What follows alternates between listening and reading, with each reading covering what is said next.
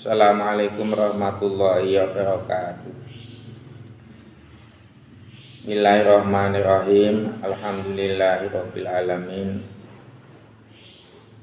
Alladzi khalaqal mauta wal hayata liyabluwakum ayyukum ahsanu amala.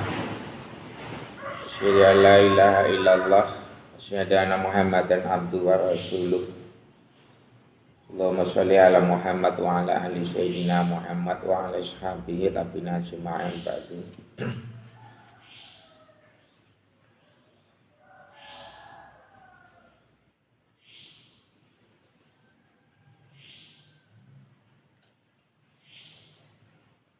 Bismillahirrahmanirrahim. Rabbi shrah li sadri wa yassir li amri wa hlul 'uqdatam min lisani yafqahu qawli amma ba'd. Wa qala subhanaka la ilma lana illa ma 'allamtana innaka antal alimul hakim. Wa bidu'a Allahumma nawwir qulubana binuri ilmil ulama waftah lana abwaaba rahmatika wa barakatika. Amin ya rabbal alamin. Laumul Fatihah. A'udzu billahi minasyaitonir rajim. Bismillahirrahmanirrahim. Alhamdulillahirabbil alamin. Arrahmanir rahim. Maliki yaumiddin. Iyyaka na'budu wa iyyaka nasta'in. Ihdinas siratal mustaqim. Siratal ladzina an'amta 'alaihim ghairil maghdubi 'alaihim waladdallin. Amin.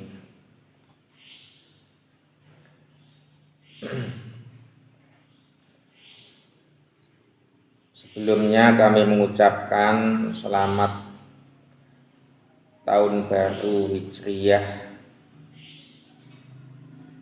1 Muharram 1448, tahun baru Islam 1 Muharram 1448 Hijriyah.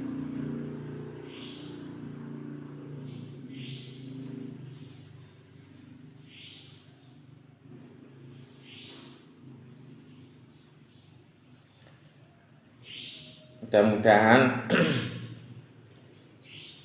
tahun 1448 Hijriyah, tahun baru Islam yang kita hadapi ini akan lebih baik daripada tahun sebelumnya. Allah bukakan bagi kita semua pintu rahmat dan pintu pertolongannya, sehingga semua yang aktivitas yang kita kerjakan atau ibadah yang kita amalkan lebih baik daripada tahun-tahun sebelumnya. Kita tutup tahun 1447 Hijriyah, kita buka dengan kertas yang putih bersih dengan tinta emas. Perlu kita isi catatan-catatan yang baik. Mudah-mudahan kita semua di tahun ini akan selalu mendapat pertolongan Allah dalam segala hal apapun dan diberikan kesuksesan untuk menjalankan sesuatu amal-amal kebaikan sebagai tanda-tanda bahwa kita semua akan jadi orang yang husnul khotimah apabila sewaktu-waktu Allah Ta'ala berkehendak memanggil kita semua. Amin amin ya rabbal alamin.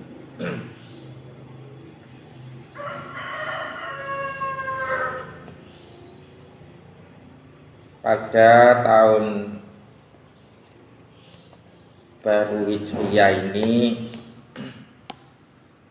dimulai dari hijrahnya Nabi kita Muhammad Sallallahu Alaihi Wasallam dari Mekah ke Madinah, yang dihitung berdasarkan peredaran bulan,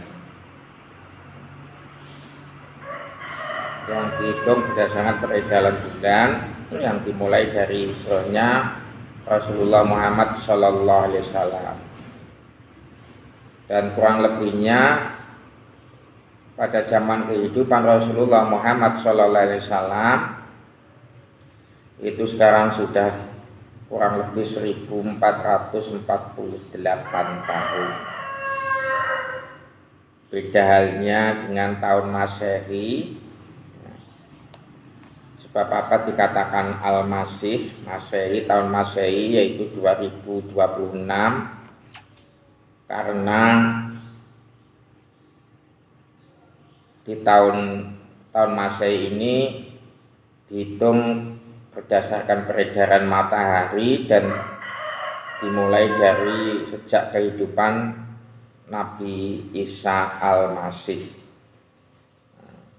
Jadi zaman Nabi Isa Al-Masih sampai sekarang itu kurang lebih sudah 2026 tahun. 2026 tahun. Kalau hijrah Kanjeng Nabi dimulainya tahun Hijriyah 1448 tahun. Jadi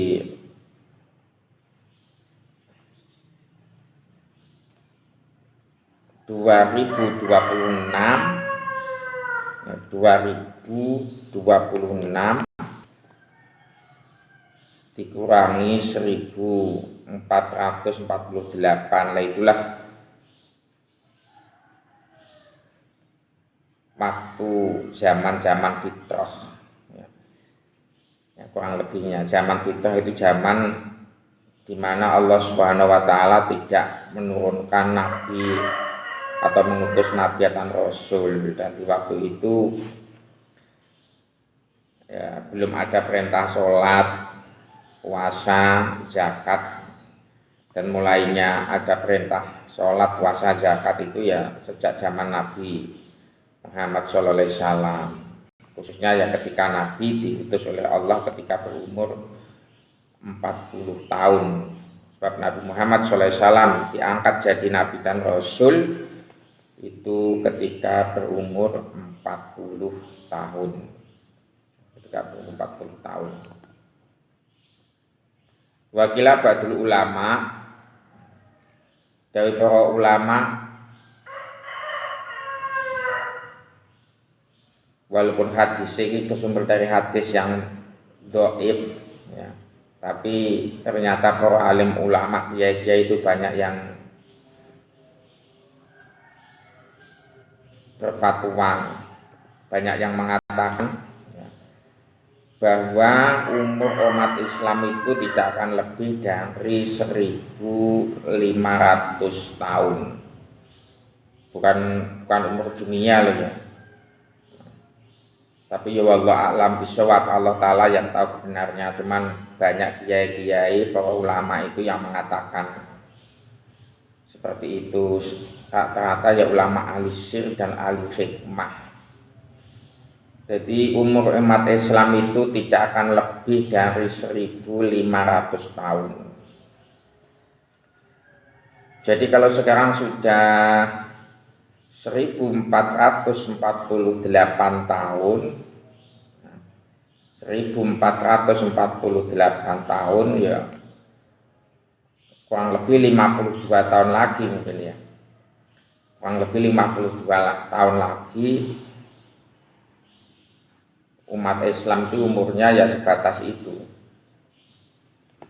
Jadi bagi mereka generasi yang masih anak-anak mungkin ya sekarang sudah ada tanda-tandanya.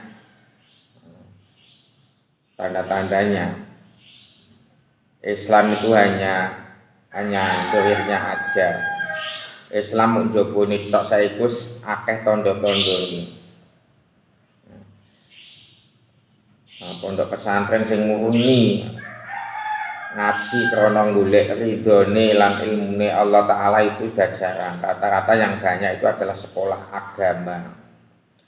Apakah sekolah agama? Jadi sedikit demi sedikit kita sebagai umat Kanjeng Nabi, sebagai orang Islam akan dijauhkan dari agama, akan dijauhkan dari Islam, akan dijauhkan dari para alim, para ulama. Nah, Kanjeng Nabi pernah dawuh, sayati zamanun ala umati yafiruna minal ulama wal fuqaha. Akan datang suatu masa terjadi pada umatku yang menjauh dari agama, dari para alim, para ulama fikih. Ya, mungkin sudah masanya ya mau gimana wis wektune jane semua itu enggak akan terjadi terkecuali dengan kodrat dan ridha Allah Subhanahu wa taala. Sudah kehendake yang maha kuasa bahwa bumi atau Islam atau apapun kehidupan ini asalnya enggak ada, sekarang ada dan nanti akan kembali enggak ada lagi. Nanti akan kembali enggak ada lagi. Maka kalau umat Kanjeng Nabi wis ado sangka para alim, para ulama, para fuqaha, mongko Allah akan menguji ning gone 3 perkara, tapi yang paling berbahaya satu. Yang paling berbahaya satu, yaitu yakhruju minad dunya bi ghairi iman, naudzubillah min dzalik. Yang pertama, Allah akan cabut keberkahan rezekinya. Yang kedua, Allah akan jadikan pemimpin mereka pemimpin yang zalim. Nah, mungkin 1 dan 2 ini masih bisa diperbaiki atau masih bisa ditaubati ya. Tapi yang nomor 3 ini yang naudzubillah min dzalik. Yakhruju minad dunya bi ghairi iman, maka Allah akan mengeluarkan dari dunia atau memanggil atau mencabut nyawanya tanpa membawa iman. Naudzubillah min dzalik. Itu mungkin ya sekarang sudah ada potensi-potensi yang mengarah ke sana. Kita tahu sendiri orang Islam zaman sekarang ya. Tahu sendiri orang Islam, kalau yang santri benar-benar murni kayak zaman Mbah Hasyim Asy'ari, Mbah Wahab Rasbullah, itu ya sudah agak-agak jarang. Ya mengikuti zaman yang zamannya seperti itu. Jadi umat Islam di zaman sekarang, ya Allah a'lam bishawab, itu berpotensi terbuka sangat lebar tentang kemunafikan, kemurtatan dan kemusyrikan. Itu yang bahaya. Sebab antara murtad, munafik dan musyrik semua itu akan meninggal tanpa membawa iman. Dan mungkin ya sesuai dengan sedekah Rasulullah. Benar apa yang dikatakan oleh Rasulullah Muhammad sallallahu alaihi wasallam bahwa akan datang suatu masa para umatku itu jauh dari ilmu, jauh dari agama, jauh dari ulama, jauh dari Al-Quran. Jadi agama hanya sebagai simbol-simbol formalitas, ya tidak diyakini, hanya sebagai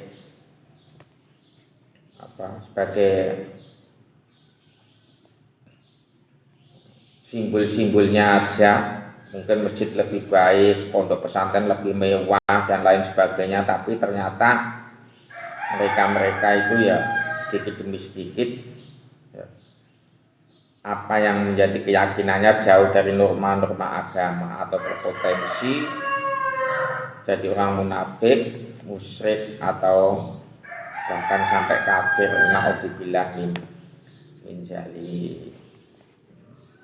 Wa fil maqal, lan di dalam makalah ada keterangan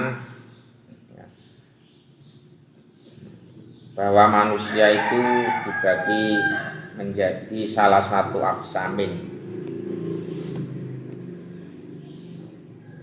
Yang pertama adalah hari ini lebih baik daripada hari kemarin. Hari ini lebih baik daripada hari yang kemarin. Ini termasuk orang yang beruntung.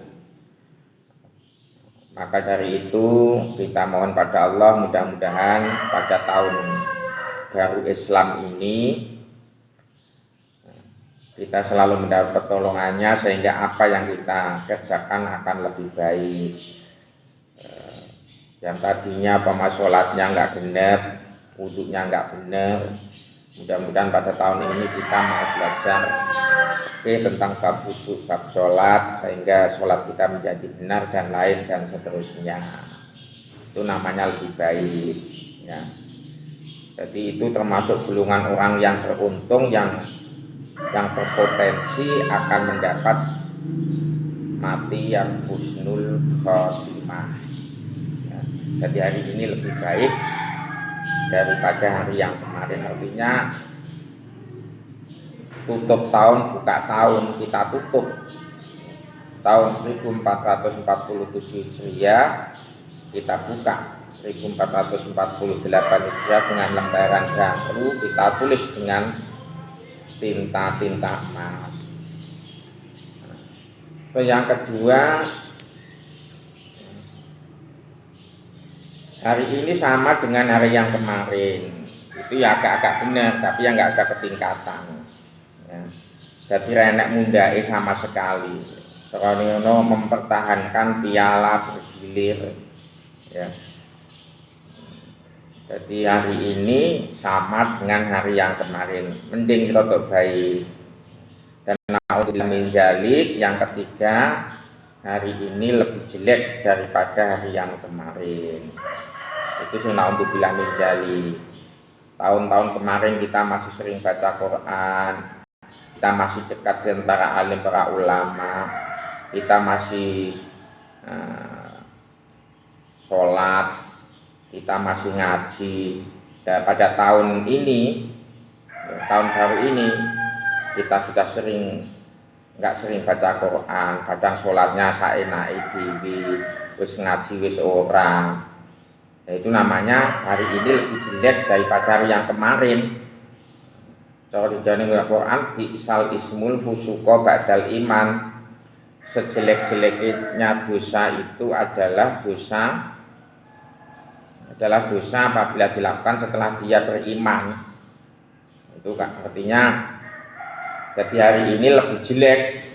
Nek wingi kita wis sholat, wis sering jamaah, wis sering baca Quran, kadang sekali-sekali saya mengikuti pengajian, sholawatan, dan dari sekarang belas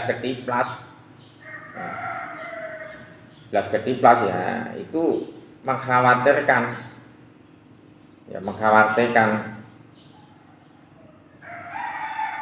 Namanya hari ini, tahun ini kita lebih jelek daripada tahun yang kemarin. Itu mengkhawatirkan atau sebagai tanda-tanda, atau mungkin berpotensi orang yang seperti ini ya, tadi orang yang yakhruju minad dunya bi ghairi iman, dicabut nyawanya atau datang ajalnya tapi tanpa membawa iman. Naudzubillah min dzalik. Padahal Nabi telah berkata, man qala la ilaha illallah dakhalal jannah. Walaupun imannya itu hanya sebesar biji sawi, maka dia tetap ada harapan masuk ninggone surgane Allah Subhanahu wa taala. Seperti yang diterangkan dalam kitab Al-Barjanji, bahwa umat Kanjeng Nabi itu dibagi menjadi 3 golongan. Ya. Golongan pertama yaitu golongan orang yang masuk surga tanpa hisab, dan ini kita akan jauh mungkin ya, yaitu orang-orang yang mati syahid, para kekasih wali-wali ini Allah, para alim, para ulama, nanti akan masuk surga tanpa hisab ya, tanpa tahu, kadang maksa nggak tahu apa itu timbangan, nggak tahu jembatan Shiratal Mustaqim. Nah, dia langsung terbang dengan burung yang berwarna hijau, kemudian apa itu? Dia hinggap di tembok-tembok surga. Itu dalam kitab Al-Perjanjian ada keterangan seperti itu. Yang nomor 1 ya, umat Kanjeng Nabi. Dan yang nomor 2, orang yang ditimbang dulu antara amal baik dan amal jeleknya. Apabila lebih banyak amal baiknya, maka orang tersebut ya, berhak masuk surga. Tapi kan di padang mahsyar itu dia menunggu antrian atau giliran itu kan ribuan tahun. Beda dengan yang tadi, tanpa hisab, hisab. Kalau ini ditimbang dulu,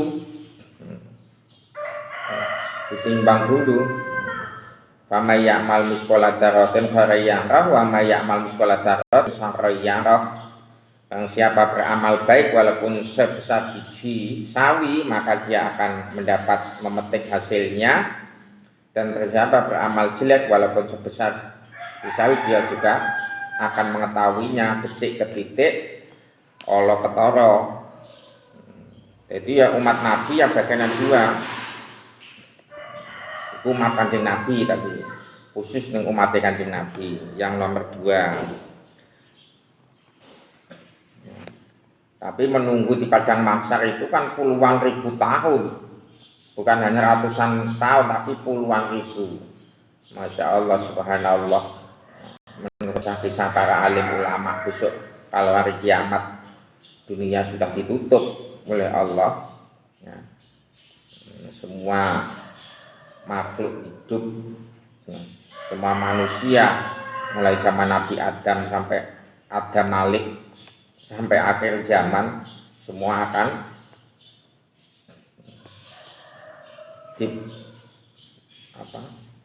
bertanggung jawab ya, di pengadilan Allah Subhanahu wa taala. In kana khairan fa khairin wa in kana syarran fa syarrin. Kemudian yang nomor 3, umat Kanjeng Nabi nomor 3 itu yaitu, tapi umat Kanjeng Nabi dia ya nggak pernah sholat, ya nggak pernah puasa, tapi dia hanya bersyahadat. Kemudian malaikat mengaturkan masalah ini kepada Allah. Kemudian Allah berfirman ya, bi izzati wa jalali, demi keagunganku, kemuliaanku dan keagunganku tidak akan aku samakan antara mereka yang bersaksi mengatakan bahwa aku adalah Tuhannya, Muhammad adalah utusannya, dan orang yang nggak pernah mengatakan. Tetap walaupun dia hanya mengucapkan kalimat la ilaha illallah, maka Allah Subhanahu wa taala demi keagungan dan kemuliaannya, dia akan membedakan antara orang yang pernah bersyahadat dan orang yang tidak pernah bersyahadat waktu hidup di dunia ya, jadi bi'izzati wa jalali ya, demi kemuliaanku dan keagunganku, maka tetap akan aku bedakan antara wong sing urip ning gone donya pernah maca syahadat lan wong sing gak pernah membaca syahadat ya. Mulai Kanjeng Nabi dawuh, man qala la ilaha illallah dakhalal jannah. Barang siapa pernah bersaksi bahwa tiada Tuhan selain Allah, maka dia tetap akan ada harapan masuk ke surga, walaupun dia masuk neraka lebih dulu, sebab neraka itu sebagai penjara atau pencucian dosa-dosa mereka yang ditinggalkan ya, dosa-dosa mereka yang waktu hidup di dunia meninggalkan kewajiban-kewajiban sebagai hamba Allah, sebagai umat Kanjeng Nabi Muhammad SAW. Jadi tetap ada harapan ya, masuk ning surga Allah Subhanahu wa taala. Niku sing dawuh Kanjeng Nabi Muhammad sallallahu alaihi wasallam.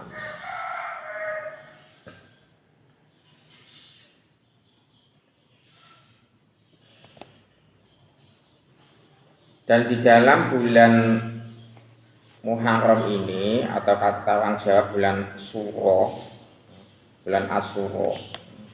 Sebab apa? Bulan Muharram itu juga dikatakan bulan Asyura.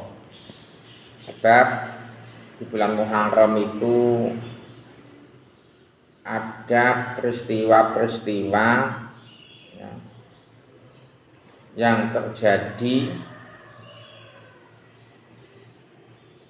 pada tanggal 10 bulan Muharram, dan 10 itu bahasa Arabnya adalah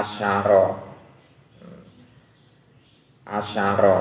Jadi banyak peristiwa-peristiwa yang bersejarah yang terjadi di tanggal 10 bulan Muharram. Kalau orang Jawa dikatakan bulan Suro, dikatakan Suro.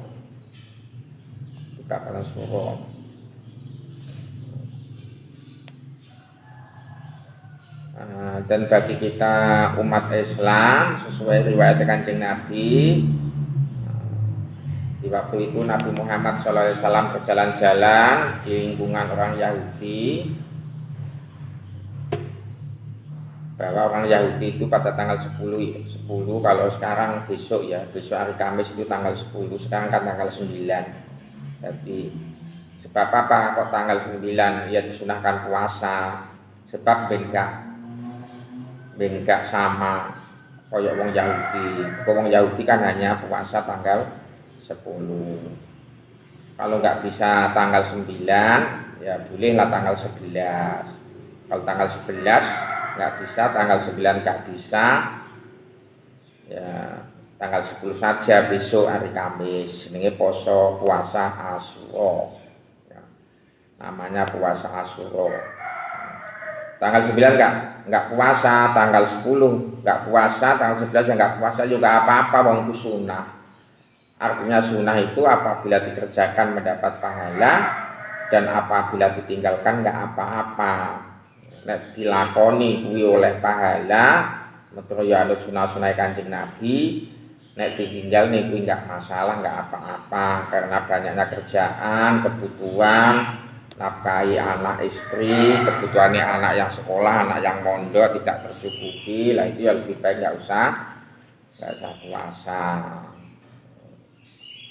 Itu sebab dikatakan Asyura itu. Sebab apa? Sebab pada tanggal 10 bulan Muharram atau hari Asyura itu banyak peristiwa-peristiwa yang terjadi,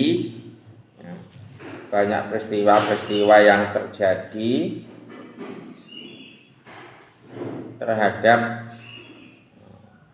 kekasih-kekasih para utusan-utusan Allah Subhanahu wa taala. Ya.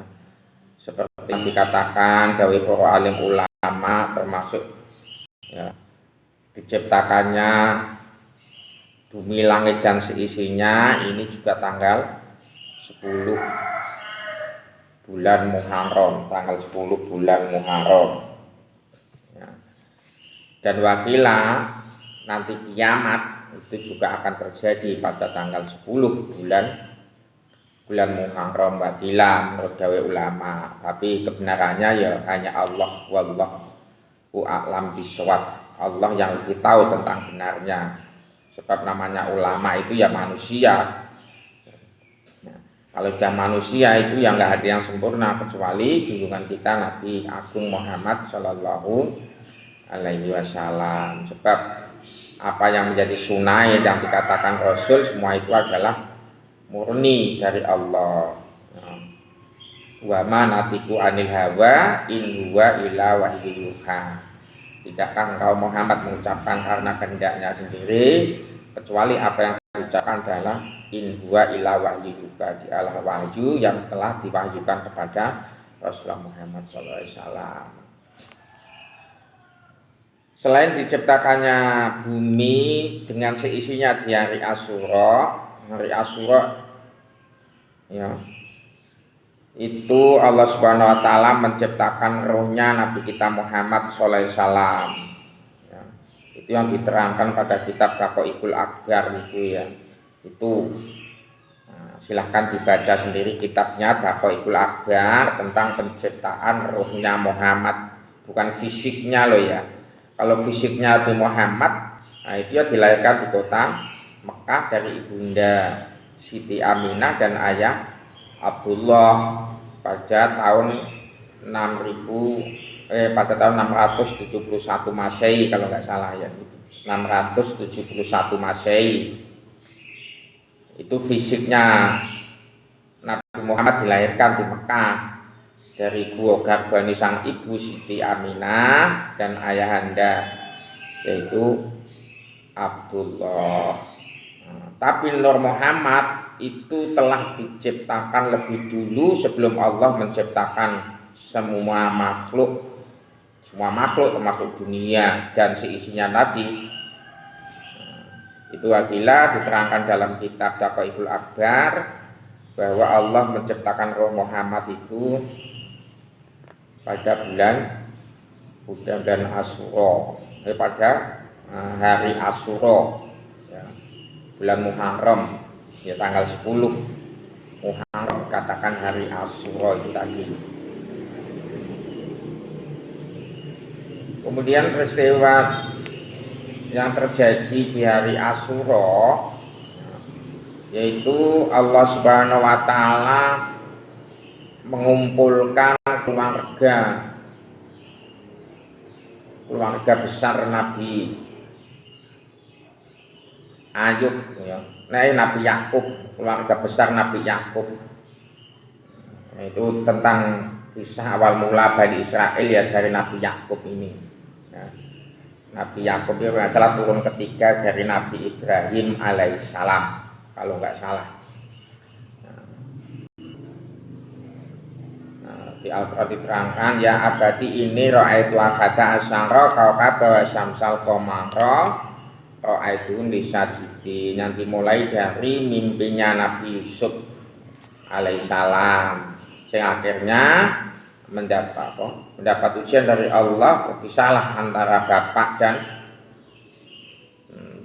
dan anaknya yaitu Nabi Yakub dan Nabi Yusuf dan saudara-saudaranya yang ada 12 itu yang sekarang menjadi 12 suku dari golongan suku Bani Israel ya.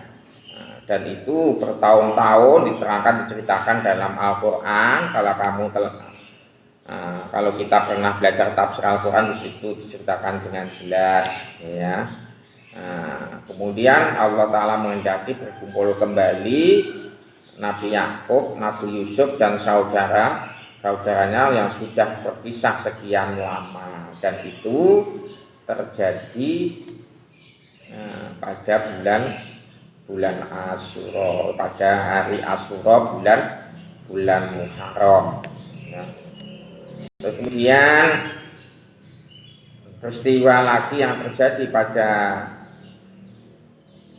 bulan Asyura, hari Asyura bulan Muharram, yaitu tentang Nabi Yunus alaihissalam ketika dia itu beroperasi putus asa sebab mengajak umatnya, nggak ada yang ikut, malah banyak yang menentang. Dia putus asa, akhirnya dia pergi atau bahasa Jawanya minggat. Dan dalam kepergian itulah dikisahkan bahwa Nabi Yunus alaihissalam ditelan ikan ya, ditelan ikan. Tapi itu hanya sebagai ujiannya Allah Subhanahu wa taala ya, yang dapat kita ambil pelajaran ya, bahwa inna hudallah, kita itu hanya menyampaikan, adapun diterima oleh umat dan enggaknya itu hanya hidayah dari Allah Subhanahu wa taala. Kita enggak mempunyai kemampuan apa-apa. Jadi semua itu kehendak Allah. Jadi tidak boleh kita berputus asa. Ya, harus selalu berusaha. Harus selalu berusaha, berjuang menyampaikan apa-apa yang datang dari Allah dan dari Nabi Muhammad sallallahu alaihi wasallam demi tegaknya dunia, demi kemakmuran dunia. Kita sampaikan bahwa Islam adalah agama yang rahmatal lil alamin, agama yang rahmat bagi seluruh alam, tidak hanya sesama manusia tapi sesama semua makhluk itu ya dapat rahmati Allah Subhanahu wa taala. Kemudian pada hari Asyura, bulan Muharram hari Asyura, maka Nabi Yunus alaihissalam dikeluarkan oleh Allah Subhanahu wa taala dari perutnya ikan nun. Itu juga ada kisahnya di dalam Al-Qur'an. Kalau kita pernah ngaji, nggak pernah ngaji ya nggak tahu. Kemudian lagi pada hari Asyura itu terjadi peristiwa diampuninya dosanya Nabi Daud alaihissalam. Ini ya juga dikisahkan dalam Al-Qur'an bahwa Nabi Daud itu mempunyai istri 99, tapi nyatane dia masih kepincut dengan istrinya bawahannya,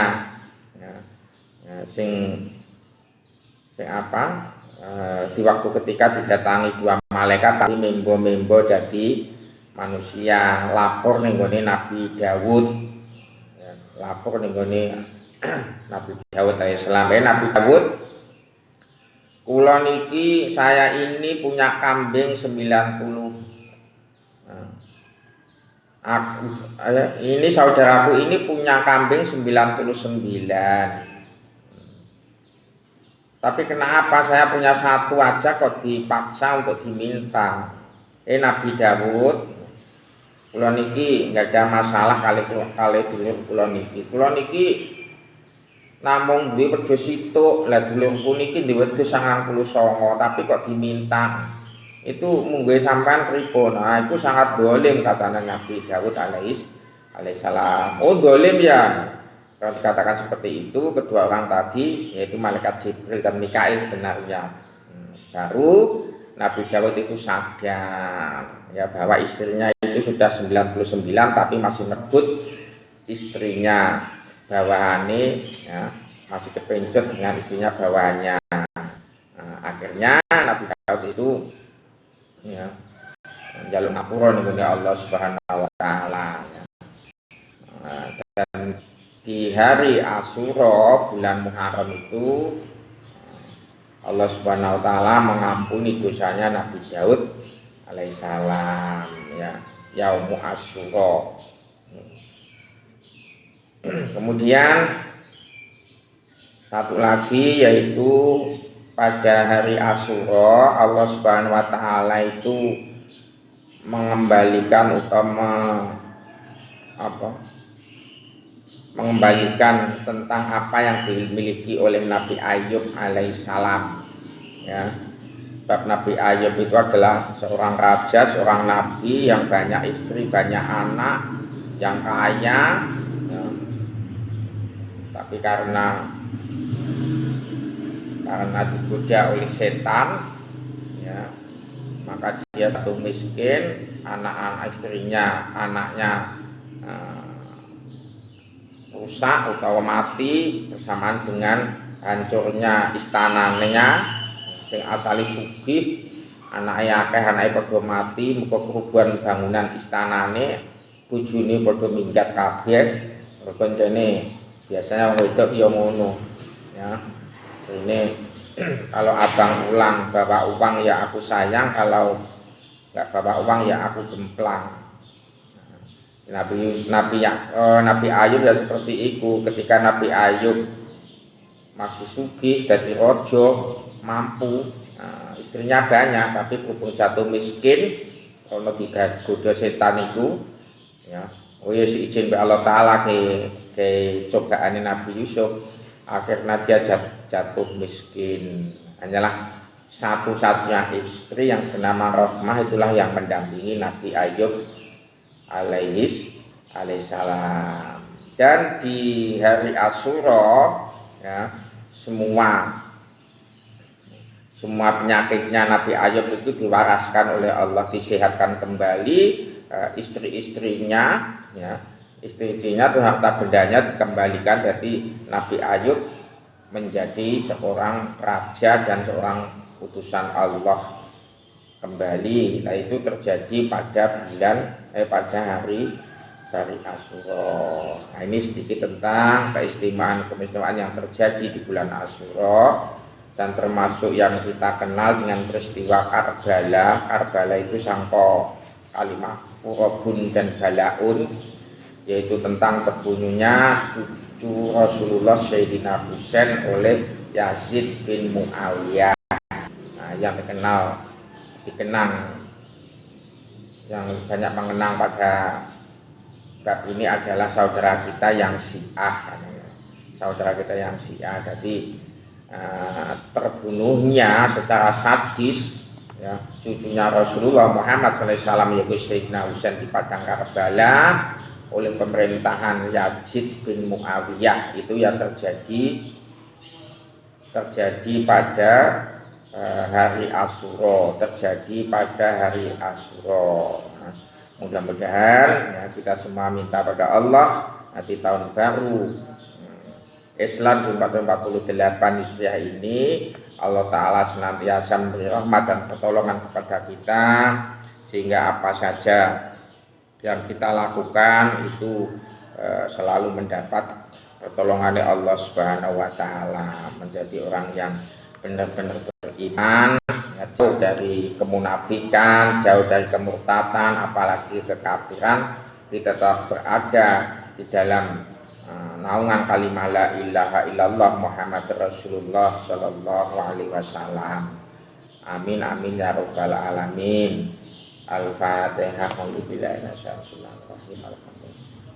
ya kana wa Suratul ladzina an'amta 'alaihim ghairil maghdubi 'alaihim waladdallin. Assalamualaikum warahmatullahi wabarakatuh.